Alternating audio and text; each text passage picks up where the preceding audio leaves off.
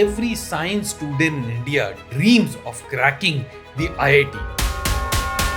Coaching centers spend billions of dollars selling us that dream. But here's the honest truth. Cracking IIT does not equate to excelling in life. Of course, it does give you a great head start. It's even like giving you 2-3 minute, 5-minute head start in a big marathon race. But after 5 to 7 years, things start evening out.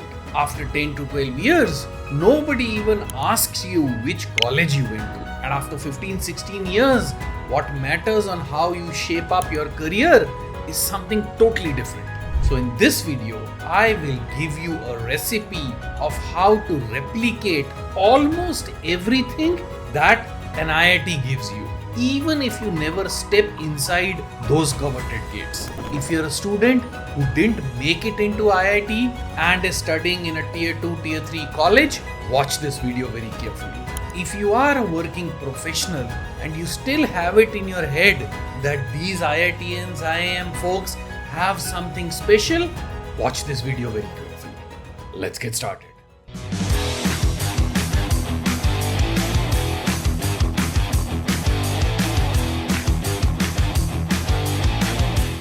Hello girls and boys, how's it going? As you can see, I'm not at my home. This is not my usual setup. Maybe the audio is a little wonky today, but I'm recording this from a hotel in Mumbai. Tomorrow early morning, I have a flight. I'm going to the UK for some business trip. And as I was having dinner, I met two folks. One from an IIT and the other one from, let's say, an engineering college in Nasik. Both of them have about 12 to 15 years experience.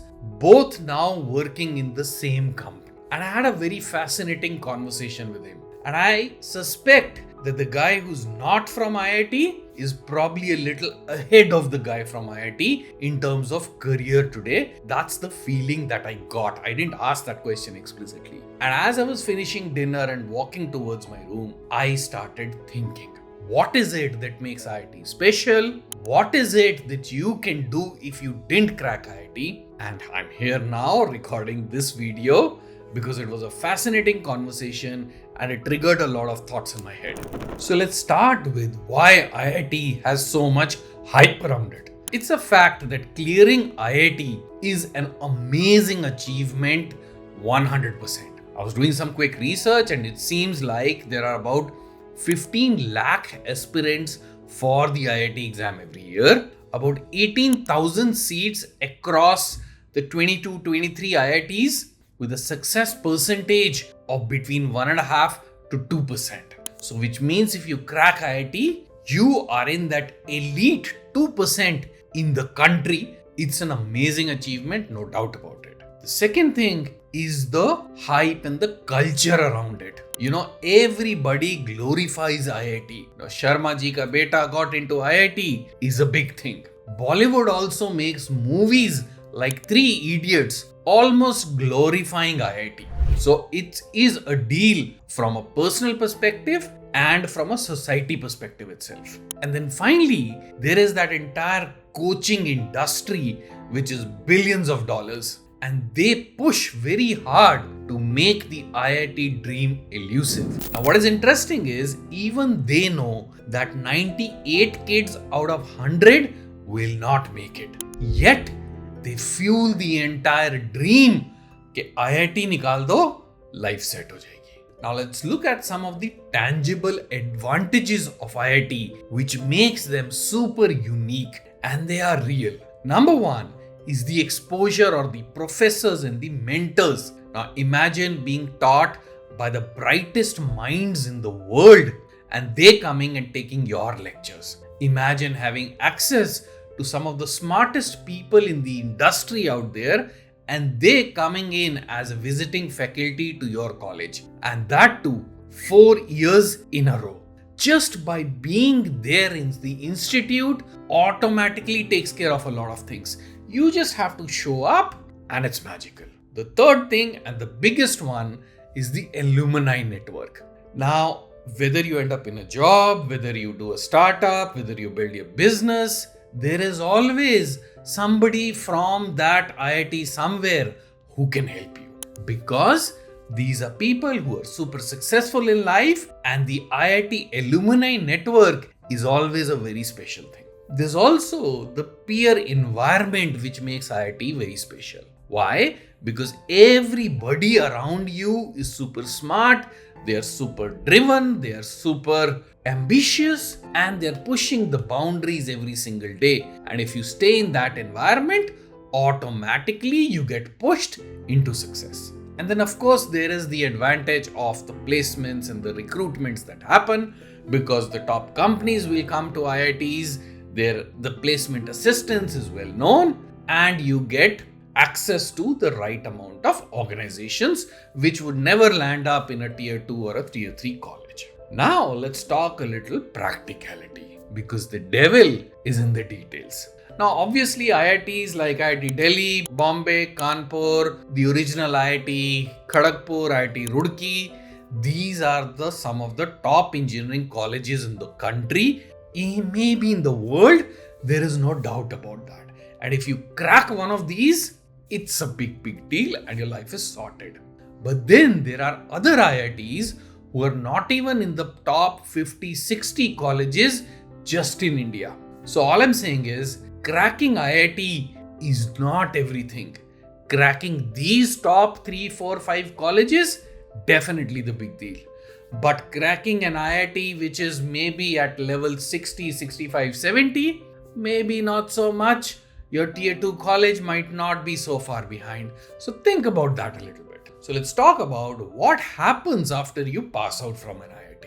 Now it's a given that if you're in one of the good IITs, even in the not so high ranking IITs, we can assume safely that you will land a good job with at least a 2, 3x, 5x salary that of your peers. That's a given.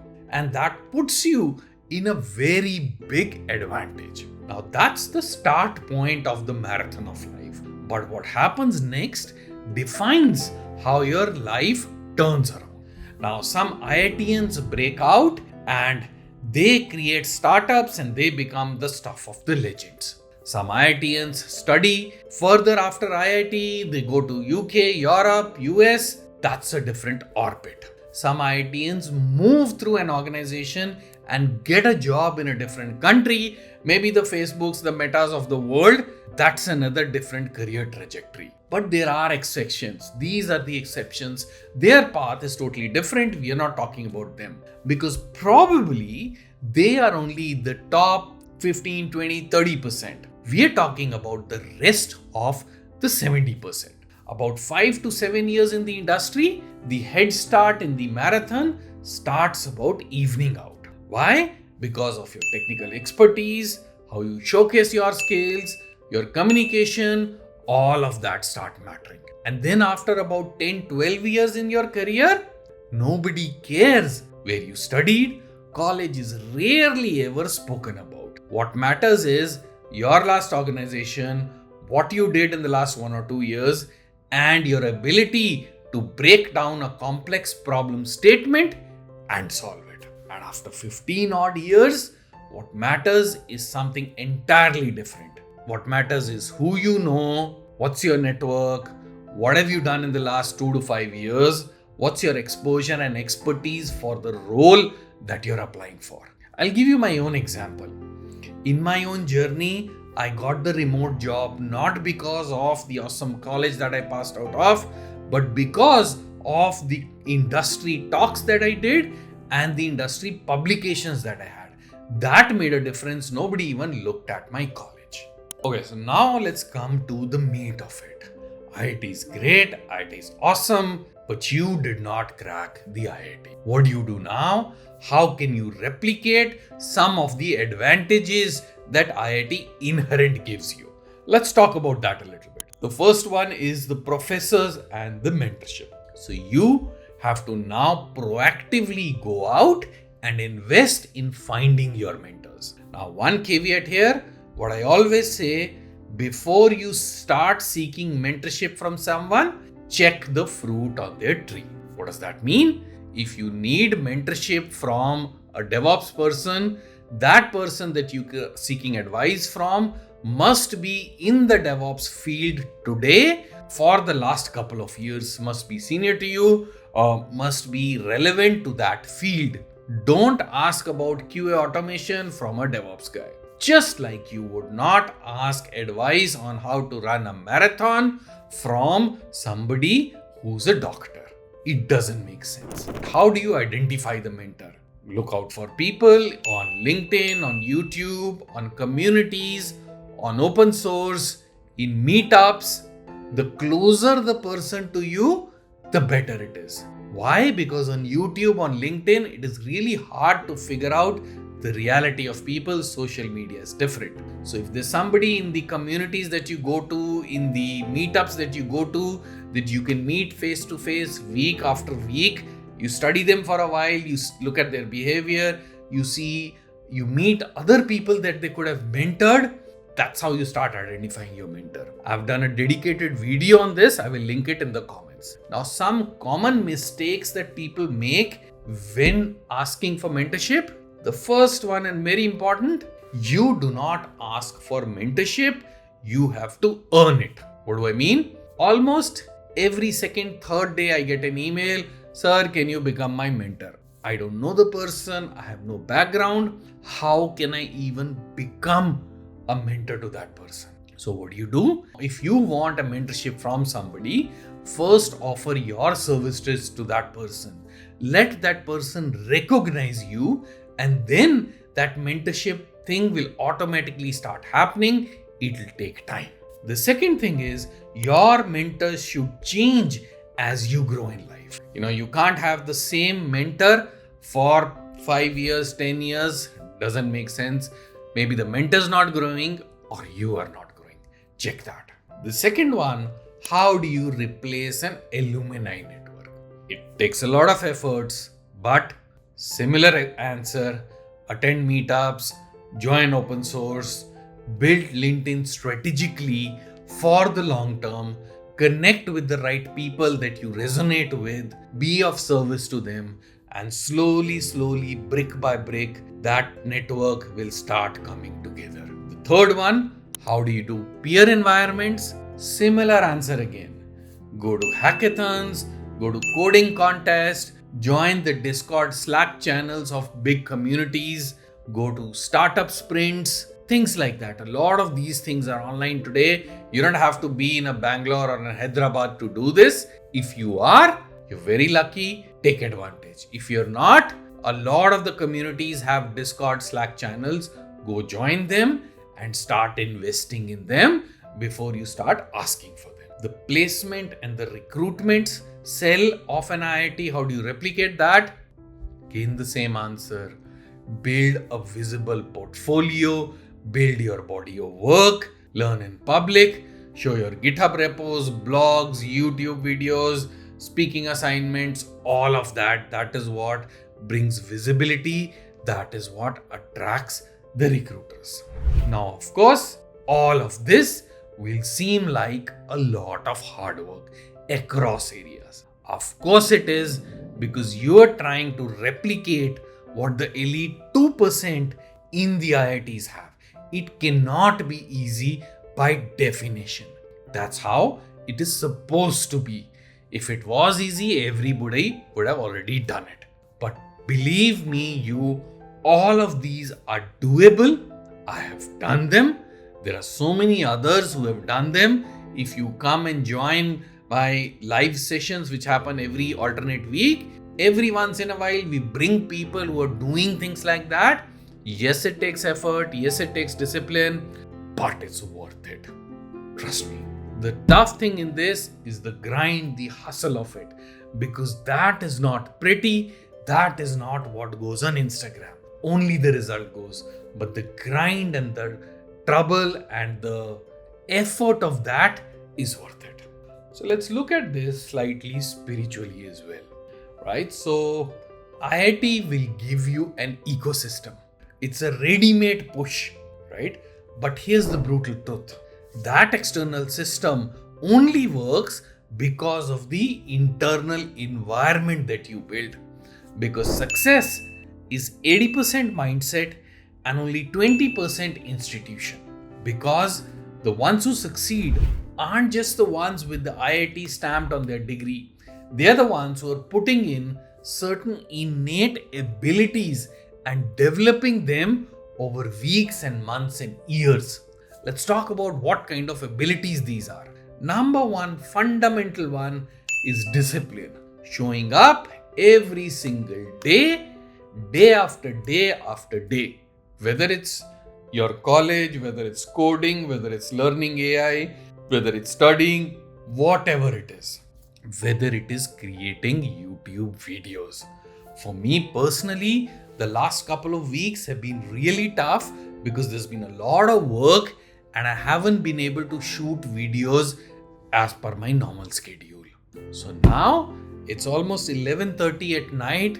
I have a really early morning flight, but the discipline is to shoot the video over the weekend so that the schedule isn't broken. And here I am shooting it not in the ideal scenario, not in the ideal lighting, not with the ideal audio. But what's got to be done, it's got to be done. And second one is the clarity of thought on why you would have to build that discipline, because unless you build that discipline, you will not get the job that you're looking for, you will not reach your goals. So clarity of thought on why you're doing what you're doing is super important. The third one is something which is my favorite, which is called resilience, which means keep at it until you succeed. Sometimes things will work, sometimes they will not work, but you keep chugging at it. And then the final one is curiosity. A childlike curiosity to explore more things, to learn more things, because that's the only way to crack things up.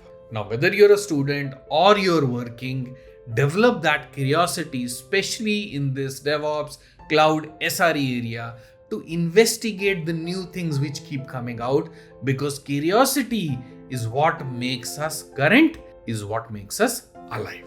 All of these things are internal. This is what makes you. And here's the best part, you don't need an IIT to build this. You can be from a tier 3 college in a remote city, even learning online outside of a college, but still you can create all of these traits. Yes, it definitely takes much more effort because you don't have a packaged environment ready. You have to build that environment for yourself. But it's possible. And I have seen this firsthand. My own growth in DevOps and remote opportunities did not come from a college, did not come from any of these fancy things. It's come from pure hustle, discipline, and the clarity of thought of doing what I'm doing, which is planned, which takes time, but it bears fruit when done consistently over a period of time. You've been probably watching me for the last 6 months, 1 year, 2 years. You have seen it unfold in front of your own eyes. That's also why I created the 100x Ascension course to help people consciously build these innate abilities alongside with your career and your technology skills. Now, I've already done one batch of the 100x Ascension. It's a small online course, about 8 to 9 weeks, and I've seen the transformation in front of my own eyes. If you're not sure what the heck I'm talking about, I will link the course details in the comments. You can go have a look, and if it makes sense, type 100x Ascension in the comments and I'll see how many people respond, and we'll see if we can do another batch soon. Let's see. So let's wrap up the entire video now in 3 bullet points. Number 1, IIT definitely gives you a head start. It's a great start to your career, but over a while, over the next 5, 7, 10 years, skills is more important than college. Number 2, every IIT advantage can be replicated in your city, in your college, in your environment, provided you are willing to put in 2x, 5x, 10x the effort.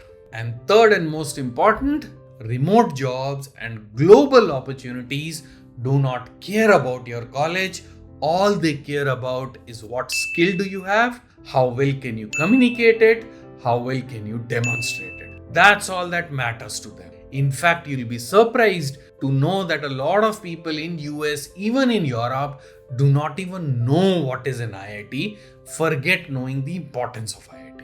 Hope this video made sense, and if it did, just say IIT in the comments so that I know you've reached till here. I'll see you in the next one. Cheers.